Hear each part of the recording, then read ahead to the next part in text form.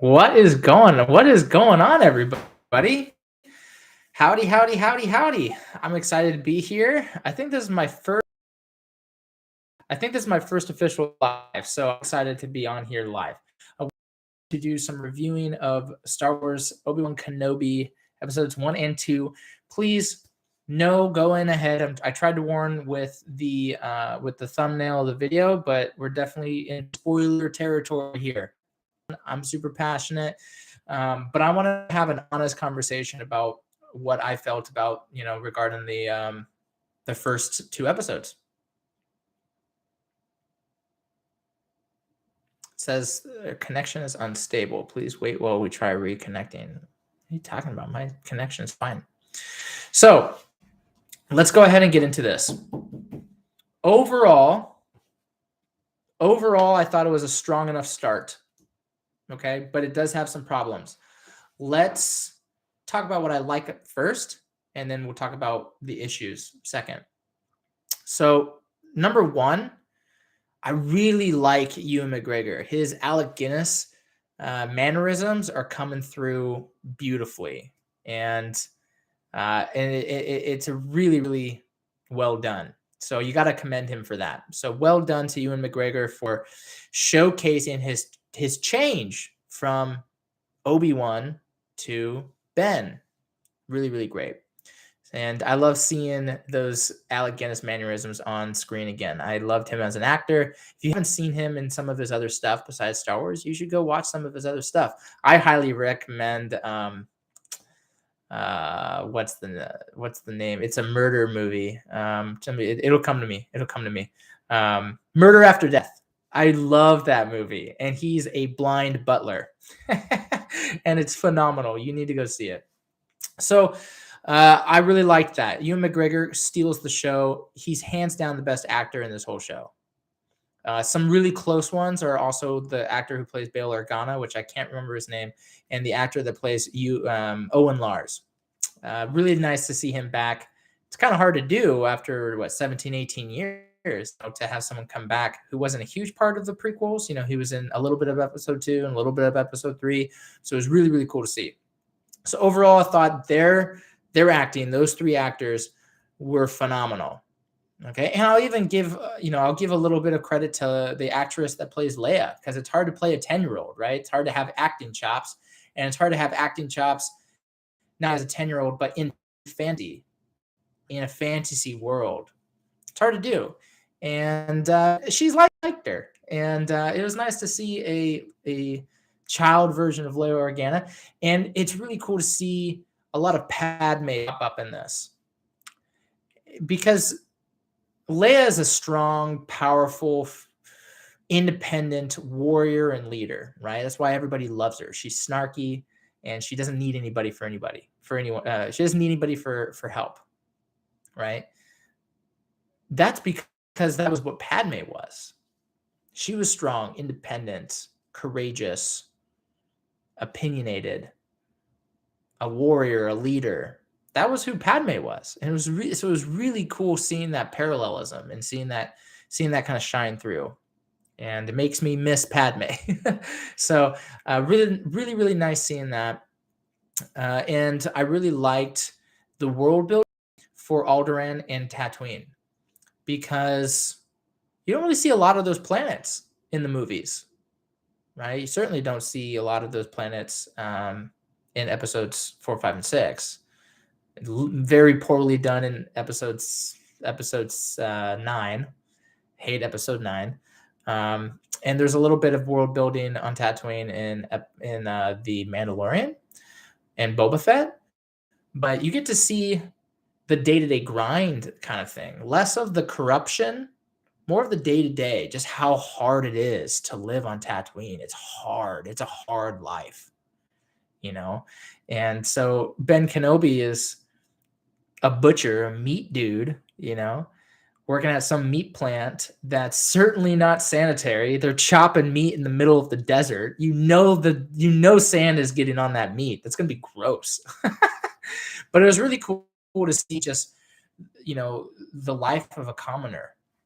And that was really neat. So I like that. I like the world building of Alderaan, because Alderaan is supposed to be like a prestigious, kind of snarky and stuck up, rich, sophisticated, highly technological planet, right? So it was really nice seeing what that other side of the spectrum looks like. It's a nice comparison. Luke is living in shit, and Leia is living in laughter luxury. Is that how you say it? She's super rich and she gets to do whatever she wants, right? But it's nice to also see that they kind of would do better if their roles were reversed. Like, she would like the adventurous life, and I think Luke would probably prefer not having to live on a farm, right? So it's kind of interesting to see. So I like that a lot. So that was what I liked about episode 1. Episode 2, I liked Obi-Wan Kenobi's detective skills. He was kind of playing Batman, right? And he was kind of doing what a Jedi does, which is not to go in guns blazing. It's to infiltrate. It's to solve problems. It's to listen and not be heard, and to not be seen, and to just kind of enter and exit without being noticed. He's rusty though, so he gets noticed, which was really, really cool to see. And I also like that he's going on kind of a mini hero's journey. A hero's journey is like a challenge happens, which requires somebody to answer a call. But the individual denies the call, which causes the challenge to escalate, which forces them to accept the call. So it's an unwilling acceptance of the call. And then they go through trials and tribulations, and then they ultimately succeed. That's a hero's journey. Every good book that has a hero has that arc. And Obi-Wan kind of has to go through another one, because he's already been through one, right? As a one, and he rose above, and then he fell from grace. He failed. So he's going through another one, right? So the challenge is that Leia's kidnapped, which I think is a good way to justify asking Obi-Wan to leave post, because he's at the most important post in the world, in the galaxy, right? He's got the most important job in the galaxy. And this is the most important mission he's ever been on. This is the biggest job he will ever get. There needs to be a really big reason to not be at post, to not be standing guard. And having Leia kidnapped makes sense, because she's the other most important person in the galaxy, right? They're very much equal. So if Leia gets kidnapped, sent to Darth Vader, and gets trained as a Sith apprentice, the whole galaxy is screwed, right? And vice versa, if that happens with Luke. And so keeping her safe makes sense to leave post and to get off world. And so, but that's the challenge. The challenge is presented. Hey, Leia was kidnapped. I need you to go out and rescue her, which is what Bail asks Ben to do. He declines the call. He says, no, find somebody else. I'm out of shape. I haven't been in touch with the Force in 10 years. I don't know what I'm doing. I'm rusty. You're better off finding literally anyone else to do this. From there, it gets worse. Like, look, you are the guy. You're the only one I trust. You're the only one that can make it happen. You're going up against a freaking battle here, a war. And I need you to fight one last time. He unwillingly accepts the call. And now he's going through his trials and tribulations starting in episode 2. So that was really cool to see. And I thought that started to shine through in episode 2. So overall, thought those were strong pieces of the puzzle here. And it gives the season premiere enough gravitas to warrant continuing going, because, man, Ewan McGregor's acting is just super good. His emotional facial acting, you can sense his emotions without him having to say anything, which is really, really cool to see. Super cool to see. With that, let's go into what I didn't like. Almost everything else. So almost everyone else on screen is horrible at their acting. So Bail's wife, right? So Leia's unofficial stepmom, right? Not good at acting. All of the handmaidens, not good actors. The guards, the Alderaan guards, not good actors. The Inquisitors, not good actors. I had a lot of problems with the Inquisitors. The Grand Inquisitor doesn't look anything like he is supposed to, right? He's supposed to be from Utapau. What's the thing with Utapau people? They're tall, they're angular, they're lanky, they're slender. They have sharp teeth on tops and bottoms. This guy's kind of puffy. This guy looks like he got stung by a bee. And so he's none of those things. And then the bottom part of his teeth are totally normal, but the top part are sharp. It doesn't make any sense. I don't understand. Like, if you're going to mess with something, why are you messing with that? Just mess with something that matters. That doesn't matter. But what it does by changing things that don't matter is that you're not showing respect to the character, and you're also confusing the audience. So you're making the barrier of entry higher for them to like it, because they can see that you're changing a lot of things that don't need to be changed. And so I really don't like the way he looks. I think it's funky. It throws me off. And nothing that they say, any of the three, hold any weight to me. Like, I don't believe any of the words that are coming out of their mouth. It's like, do you know anybody in your life where when they get really angry, even though that you know that they're legitimately angry, they just don't look angry? So when they're mad at you, it's hard to take them seriously. That is how I feel when I see those three on screen. Like, they're trying to be evil, and they're trying to be menacing, and they're trying to look scary, and they just don't. So it makes me giggle. It makes me feel like you're trying to be someone you're not. Maybe that's the point, but it's not a captivating villain for me. These people can't even hold Obi-Wan's shoes. Like, Obi-Wan will wipe the floor with these people. And that's another problem I've always had with the Inquisitors in general, in the comics and in the cartoons, is that they're really not that good. And so if you're putting him up against a Jedi Master, there's no reason why they should even come close to winning this fight. And so you either have to make Obi-Wan worse, which I think is what they're doing. I'm rusty, haven't talked to the Force in a long time, so on and so forth, to warrant him not being able to, like, keep up. Or you have to make them better. But if you make them too good, then they kind of rival Darth Vader in a way, and that doesn't make a lot of sense either. So that's the problem I have with the Inquisitors, is that I think they're corny and goofy, and they shouldn't be in Star Wars. So that's just my personal opinion, though. So whenever Reva's talking, I think that her mannerisms, one, cutting off the limb of that woman and kind of showcasing some fear through her actions, works. But every time she speaks, it makes me want to laugh, because I can't believe anything she's actually saying. The Grand Inquisitor is incompetent, completely incompetent, and quite frankly deserved to die in episode 2, even though that breaks lore, which is going to bother me, because he dies in Rebels, but not in the same way. So they're going to have to fix that, or retcon that, or explain the difference. I don't know how that's going to work. So that's a little annoying. They also broke lore a couple different ways. Like, Reva was able to read the mind of the guy who was pretending to be a Jedi. That breaks lore. I don't like that power in general, and here's why. Because Darth Vader is supposed to be one of the most powerful Siths of all time. In episode 4, he uses a droid to try to get Leia to talk, try to get her to reveal where the rebel base is, right? You can see that in the interrogation scene.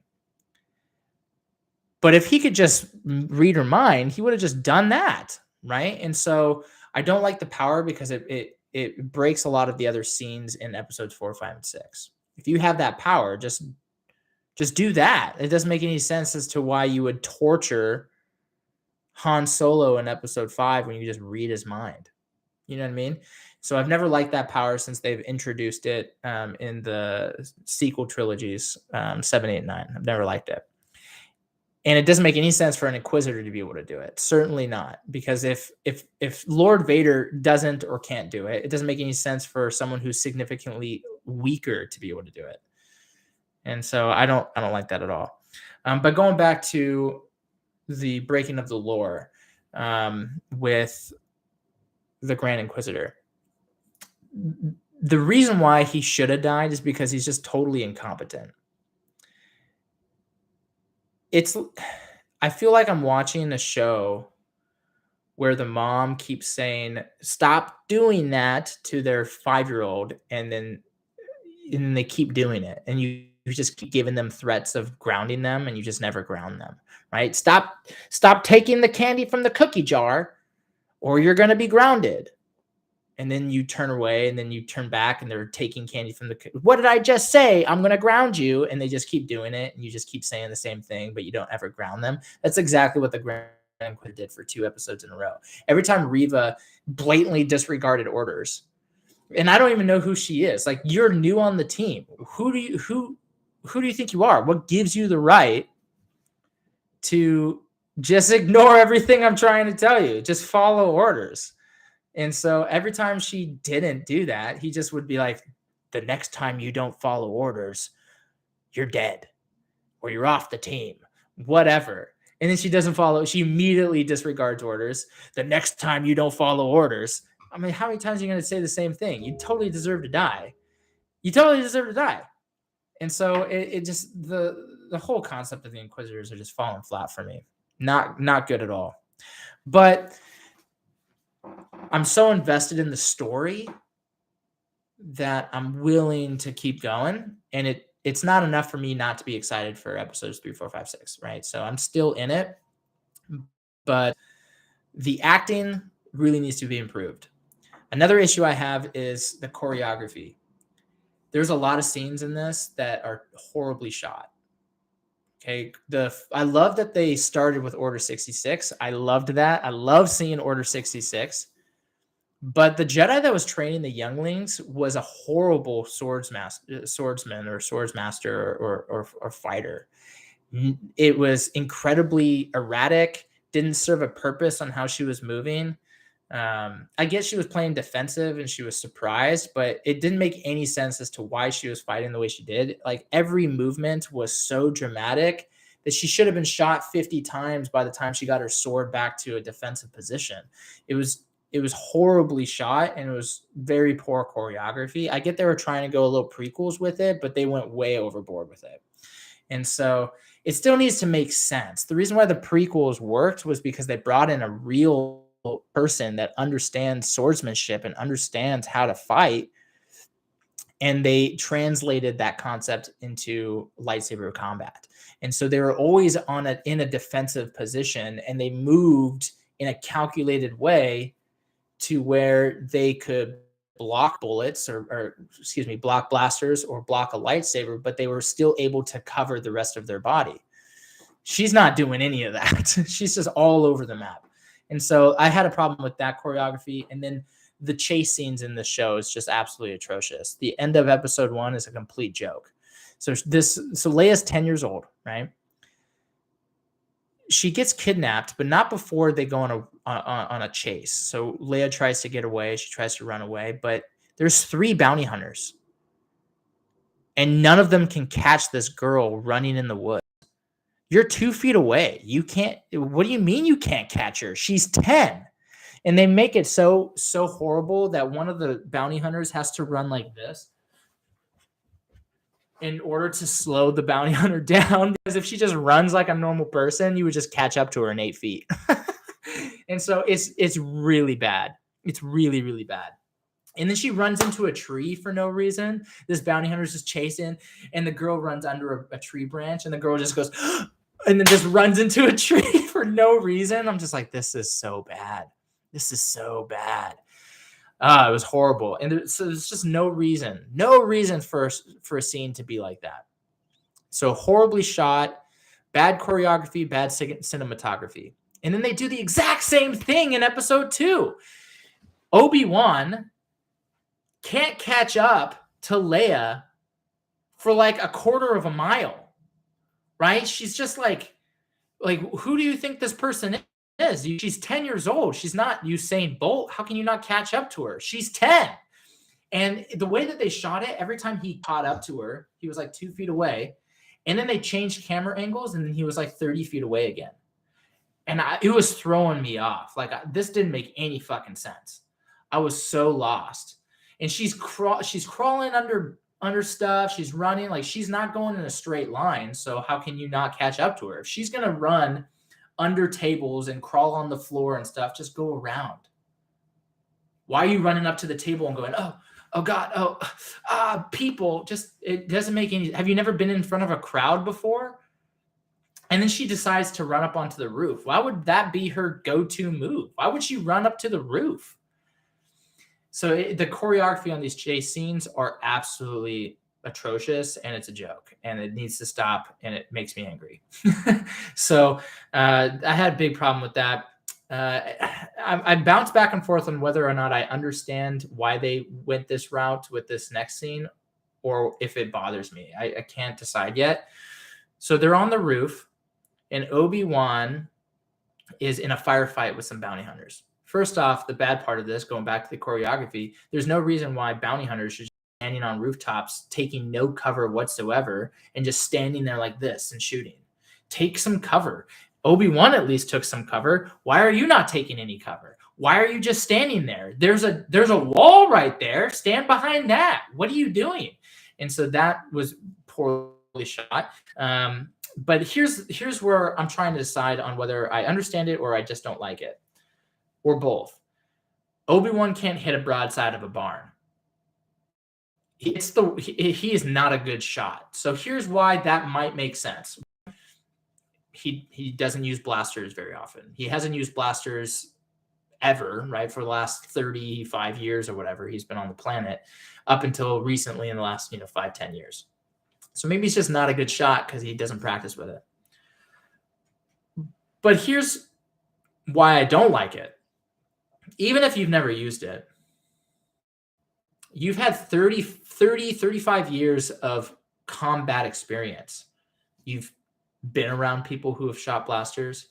You've probably have shot a few blasters just recreationally with your buddies in the army, right? You hung out with troops, you hung out with clones, you probably shot some some blaster fire at some point just for fun. And so I have a hard time believing that someone that's that experienced in combat and war can't hit someone who's not moving just doing this. So I have a really hard time following that. Maybe because he's so cut off with the Force that he uses the Force so much as being a Jedi to help him hit things, that without it, he's not used to shooting without the Force, maybe. But even that, muscle memory would kick in, right? You would think, like, if you're doing something for 30 years, even if you're getting the help to help with aiming, you would still have that muscle memory to where you could probably be pretty accurate. And he's just not. And so that really bothered me.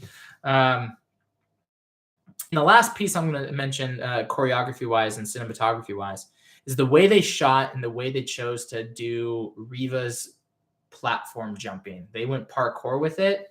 Not a good decision. Parkour is something a human can do. Okay, I do parkour. I can jump from platform to platform and do the frog leaps and all those different things. I can jump down buildings like that. That's stuff that I can do. You need to show me something that I can't do. Why are you showing me something that I can do if you're leveraging the Force to do it? It either needs to be significantly cooler than that, or just don't do it yet because it's not necessary. She needed to go from point A to point B. Obi-Wan Kenobi was over here. She was up here. The fastest way from point A to point B is to just go in the most straight line possible. She doesn't do that. She does flips and stuff and jumps down buildings and then climbs back up buildings and jumps down buildings again. She's doing this to get to point B. It makes absolutely no sense as to why she would ever do any of these tricks. Nobody's there. Nobody's watching her. She's using more energy than she needs to. It's taking her longer than it should. And it's completely pointless. And it doesn't even look good. The way that they shot it, she moves so slowly between each trick that it just looks like she's floating for no reason. So there's a scene where she force pushes, I think, like a tower or something. And instead of just running down the tower, because that's all she needs to do, she runs down half the tower and then does a backflip off the tower and then lands and then goes. But that is a longer trajectory than just running down the tower. This is faster than doing this. If you do that 30 times over the course of a race, that's a lot of extra time that didn't need to be taken or used. She would have gotten Obi-Wan probably before he even got off the roof. If she just ran, it doesn't make any sense. And there's another scene where she kind of like hops down the sides of a building off the walls. Why even do that? Why would you do that? Sith and Jedi, even Inquisitors, can just jump from rooftops and land on the floor. We just watched the prequels. I mean, have we not seen the prequels? They jump off 120-foot stories all the time, right? Qui-Gon Jinn jumped like 100 feet as he was fighting Maul. Obi-Wan Kenobi fell that same distance on his back and then jumped it to get back up. Why can't she do that? It doesn't make any sense. Why would you do this? It takes way more time. It's not looking good because you're moving too slow, because the wire you're on and the choreography is poorly designed. Just jump down and use the force. You're on 20 feet off the ground. We just watched episode 3. They jumped from platform on platforms of lava, and you can't jump off a 20-foot building. I'm so confused. Even episode 2, there's better jumping, right? So like the force powers even now are better executed in the prequels than they are here. And so it's super frustrating, but it's still not enough for me to tank this show. I think the show is above average. Overall, I give episode 1 a 7 out of 10.